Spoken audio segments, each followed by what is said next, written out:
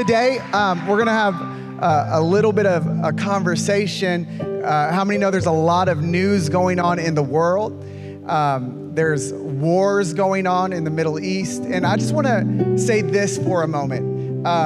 Whenever we speak about something generally, there's a public conversation, then there's a private conversation, and then there's a personal conversation. Whenever we speak about something generally or publicly, we usually offend someone personally or privately. This is what I mean by that. For example, there's this war that's going on in the Middle East, and all of us have somehow become experts. We're like, Hamas, it means evil one in this language. And now we're all Hamas experts, and we're all experts of Palestine and experts of Israel. Not to shame anyone, but 80% of us are not experts. Can I get an amen? Just because you read it on Facebook doesn't make you an expert in it. But what makes it different is when we have general conversations, when you have family that's actually connected to the war, that becomes a private conversation. And it gives you another filter. Or if you live there, that gives you another filter. So compassion comes with proximity, and sometimes we speak to things that we're far from, but what we hope today is to bring our hearts closer to humanity. Amen? So we're gonna pray for the Middle East, and we also have some things happening in our community, some challenges that we're facing. So I invited a few people, if you can help welcome them today. Mayor Ron Morrison, Miss Annie from Generate Hope, and Brittney De La Mora. Come on, give them a round of applause. So we're gonna conversate. After we conversate, Brittney, she's gonna preach fire. She's gonna preach fire. It's gonna be so good, and we're gonna have so much fun, and all kinds of amazing things are gonna happen. Amen. Okay, so first of all, we'd like to thank the mayor for bringing Texas Roadhouse Grill right next to our church. Can you give it up? And there's another restaurant that we can be looking forward to. You got it in the mic. Okay, yeah, there's a new In-N-Out burger going to be down on Flying Dutchman, let's go. Yeah. And then we have a new one that just opened up in Plaza Bonita. It's called Manna Heaven.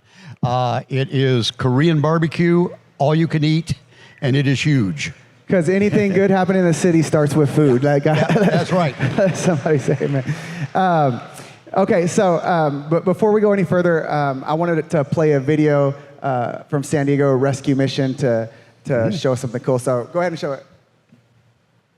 Hey, Heart Revolution, Donnie D here. I'm the president and CEO of the San Diego Rescue Mission. And a couple of things. I just wanted to say thanks for your generosity. We had an event last week in your overflow room. Mayor Kevin Faulkner came and spoke, and just incredible. So thank you, Pastor TJ. I also want to thank Christian Cormier for just your hospitality and allowing us to use that facility.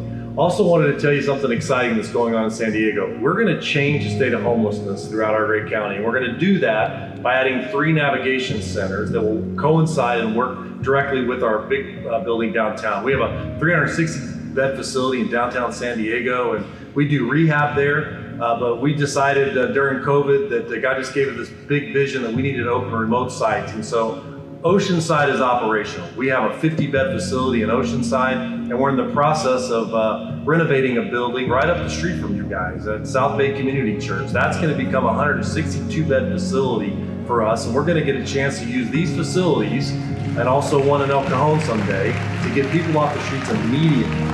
Homelessness is no longer a problem. This is a crisis, and we got to do some things differently. And we believe that homelessness is not a government problem to fix. This is a community issue to address. If you want to know more about the San Diego Rescue Mission and what we're doing throughout the county, go to sdrescue.org, sdrescue.org. Lots of opportunities to volunteer. We have a shower trailer operation right up the street every week at South Bay Community Church, and we'd love to get you guys involved. And just thankful for the opportunity to share with you what we do, and looking forward to working together to change homelessness in San Diego. Come on, give it up for San Diego Rescue Mission. So those are a few of the good things, and there's some other cool things happening in the city. But news is usually not based off of good news. It's based off of challenges and other issues. So one of the reasons this conversation has been sparked is because I kept seeing our mayor in national news because National City made national news. Don't clap. We made it because human sex trafficking has increased in our city. And I just was hearing those interviews, so I wanted to just get a little update on that and how we can pray for the city and get behind it with you. Absolutely. There's always been the idea of sex trafficking and prostitution has always been around, but normally it's kind of behind the scenes a bit. It's not out and out visible in your face, and it's one of those things people just have a hesitancy to talk about. But during this last 12 months, that has changed drastically. We had a state Senate bill, Senate Bill 357, by a senator out of San Francisco. His name is Scott Wiener, and who passed it that basically, for all intents and purposes, has made prostitution legal and has changed the whole dynamics of everything. And the moment that passed, it wasn't even, and got signed by the governor, it wasn't even law yet for several months, but immediately the pimps started bringing in young girls and young boys like crazy onto the streets and right out in the open, literally in the middle of the street, stopping traffic and in front of schools and wearing basically nothing, but being right out in the open. And so this is happening. It had been some over in San Diego before, right outside of National City, but now it came into National City also.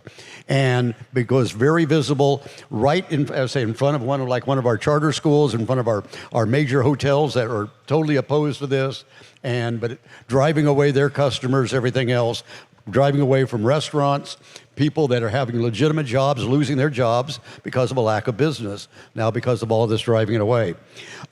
So anyway, it got some coverage on some of the local TV stations, and as a result of that, all of a sudden, national news started calling up. Fox News did a national broadcast. From that, almost immediately afterwards, I received a bunch of different emails, but I received two emails in particular. One was from a grandmother, and another one was from a father, because the grandmother said, because I sent photos to Fox News, and when they saw the photos, they go, "Oh, we didn't know it was that bad." And they showed those photos, and the grandmother said, "I recognize my 14-year-old granddaughter." The father said, "That's my daughter." And, this is the kinds of things that we're seeing. This last week alone, our police was driving down the street, and there was a girl standing in the middle of the street, and all she was wearing was a very light, I don't know what you call it, but it was see-through and nothing underneath. And she's standing in the middle of the street trying to stop cars. So the police car stopped. She started running. It took them 2.5 blocks to catch up with her, and she was running in high heels. When they did, they got her name and her age from her, and she gave her name and her age, 22 years old. Turned out, when they ran the check on it, had a felony warrant out for it. The problem is, it wasn't her name, it was her sister's name. But as a result, and she was only 16 years old, they found out. So because of that, then they turned her over to Child Protective Services and also into the human trafficking, and they've got her reunited back with her family. But this is the kind of stuff that's going on, and it is destroying our neighborhoods. It's destroying these lives of these men and women, and then it's also the individuals, the Johns that are involved. But the state law has tied the hands of law enforcement and the community, so we can basically do almost nothing about it. So we're checking right now. Matter of fact, we got a meeting with the district attorney this week that the council is going to be meeting with to see exactly how we can try to work around this law so that we can have more control. We're also seeing another thing that we're looking at is what are our legal opportunities to, when we do the John stings, is to actually publicize the names of those and where they come from, what city they're coming from, of those Johns. And but even these girls, they're very bold out on the streets, but the moment you get out your phone to try to photograph them, they do this. They do not want their families to know where they're at and what they're doing. Yeah. I'll say it from a spiritual perspective. As our church, we have a mission to turn the hearts of youth and families, and it comes from Malachi, which is Elijah. It speaks of Elijah. And the enemy of Elijah was Jezebel. So we know the enemy of our mission is Jezebel. But a lot of times when people hear Jezebel, they think it's female. Jezebel is gender neutral, manipulative, uses sex for exploitation, and wants to destroy the prophetic word over your life. And I would say you could look at females and say, oh, they're dressed this way, that must be a Jezebel. I call the pimps and the predators the Jezebel that the enemy is using in this city. So we're going to stand against that because we have a spirit of John the Baptist. Amen? I want to say also, prostitution existed before that law came into effect, whether it was hidden in some corner on the internet or in a massage parlor. But I really want Annie from Generate Hope to speak and just kind of educate us. Give it up for Annie, because it's easy for us to take like a distance view and not realize, oh, that could be our daughter. So we're like, look at those people over there. But when it comes to your house, it kind of changes the perspective. So why don't you just share a little bit with us and educate us? Okay. So at Generate Hope, we provide residential restorative care programs for survivors of sex trafficking here in San Diego and now also in Colorado. And I just want to share who those victims are, what can we do as a community, just learn more about what Generate Hope has to offer in the community to survivors. So I'm going to start by sharing a story. So I'm going to issue a warning. It is a story of a survivor. And so I'll just get into it. So her name is Leah, and she's 16 years of age, and she has a complicated family life. Her parents were recently divorced. She had to move into a new city, go to a new school, and just not really finding community. So what does she do? Exactly what all teenagers do is she goes online to find community. She goes on a dating website and meets a guy who listens to her, who makes her feel important. After they talk for a while, they decide to meet in person, and when she meets him, she realizes he's a lot older than I thought he would be. But at this point, she doesn't care. She's in love with him, and he showers her with gifts. He tells her how special and beautiful she is, and then one day, he asks her to do this thing for him, just one time, so that they can make a life together. And he sells her for sex. After that, it's when the violence begins as a way to control. And 4 years of her life, she was sold for sex. She decided one day that she didn't want to be in the life anymore, and she wanted to get out. And that's the story we hear over and over again from the women that come to Generate Hope. So I want to share a little bit about what the definition of sex trafficking is, so we understand. It's when, so the legal definition is sex trafficking occurs when somebody uses force, fraud, and or coercion to cause a commercial sex act with an adult or when a minor's involved. A minor cannot give consent. A commercial sex act includes prostitution, stripping, pornography, or any sexual engagement done for an exchange of something of value, usually money, sometimes housing, shelter, and drugs. And this is a big problem in San Diego. So San Diego, the FBI has identified San Diego as one of the top 8 areas for high-intensity commercial sexual exploitation of children and human trafficking. The average age of a victim entering the life is between the ages of 14 and 16. So you saw a 14-year-old had experience with a 16-year-old. That's the average age. That means there's younger women, children being lured into this life. 85 to 90% of these victims are U.S. citizens. And so there's often a myth, there's a belief that we're in a border town, somehow people are being trafficked in from other countries, but these are our children. 7 out of 10 victims are girls and women, but this happens to boys and men as well. And then what makes somebody vulnerable to this? And there's lots of things that make individuals vulnerable to traffickers or pimps, and that's poverty. That's a change in a life, an absent parent. It's being a runaway, a foster youth, someone who has a history of being abused. But it really is now any child, adult who has unsupervised access to the internet, to being online. Traffickers are online grooming their victims, children, through gaming apps, through social media. So that's who's vulnerable. In San Diego, it's estimated that there can be up to 8,000 victims just in San Diego alone. And it's not because we're a border town, it's because there's a demand to buy sex here. And that's ultimately what it is. People are willing to come into the city, whether they live here or visit here, and purchase sex from a minor. And that's a big issue.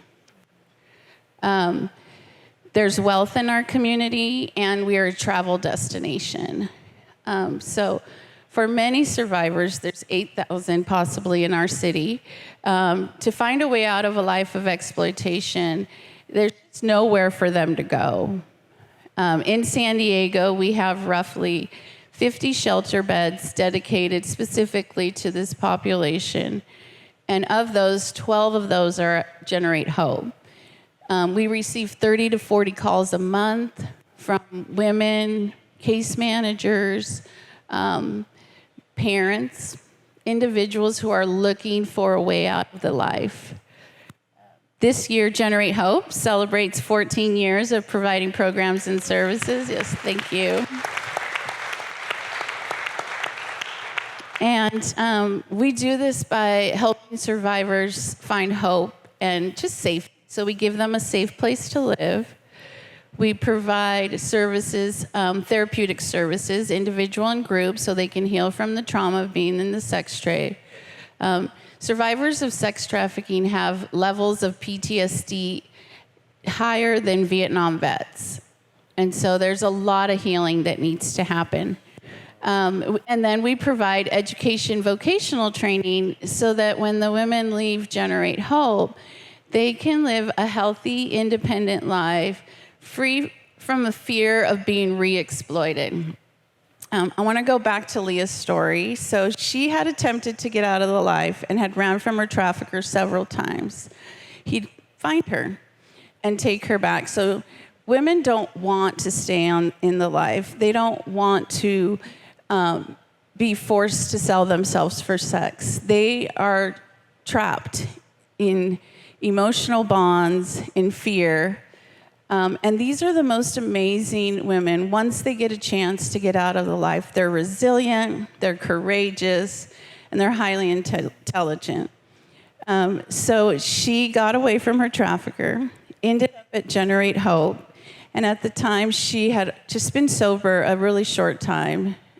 Traffickers will get their victims addicted to drugs as a form of controlling them. So she worked through that sobriety. She plugged into Celebrate Recovery, AA, NA meetings, and she found healing through her involvement in the individual and group therapies. She realized what was most surprising is she realized how smart she was and how capable she was. She enrolled in community college and got a 4.0 grade average, which most of the women do. Yes. And finished a certificate program, got a job in a field that she loves, and continued her education. Now she lives independent, and we just feel so privileged to be able to walk alongside the women in our program and help them find hope and healing. And so for the past 14 years, we've been able to come alongside over 150 women, survivors. Yes. Yeah. That's amazing. One at a time. And they find first most important is hope. Second is healing. We are a faith-based program, so they get the opportunity, an invitation to learn about our faith. Many of them find new identity in their faith, will get baptized. Others, we get to plant the seed and continue to pray for them. So continue to pray for the women in our ministry, please. They find healing through our therapeutic programs, and they find freedom, which they should have never been taken from them. And this is not possible without the help of our community. So I just want to thank you for inviting us here. I want to thank the community. If you have an interest in learning more how to get involved, please go to our website, generatehope.org. And we'd love to share with you more information about not just what we do, but what you can do around this issue. And I just leave you with this. Protect the children around you. Prevention is super important. We need to prevent future victims. We need to protect the victims that are there, and we need to find a way to prosecute the perpetrators. So thank you for your time. Let's build strong families, invest in the youth. Brittney shared with me, Brittney and Richard, that a lot of this, because sin comes in clusters, a lot of this is tied to pornography. And a lot of people say, I don't really have a conviction against it, or I just watch it, it's harmless. But what happens on the screen is really a seed in the heart, and it doesn't stop at the screen. It takes you to other places. So their ministry is called Love Always Ministry, and if you have a porn problem, and don't feel awkward about that, because there's a lot of people. Do you know the statistics? In my message, but that's totally... okay, she's going to share that in her message, so I'm not going to do that. Okay. So what we're going to do is I want to give you an opportunity to invest financially. If they can put on the screen how to give. We're going to invest today into Generate Hope and to Love Always Ministries. And on the back of your seat, there's a QR code, the same way you normally give, because I know everyone here gives every Sunday. You would do that, but just make sure that you go to missions. Whatever you give to missions today, we're going to be able to bless these two organizations. So please participate in giving today. Amen? We a generous church. Amen? Online, generous. Awesome. Okay.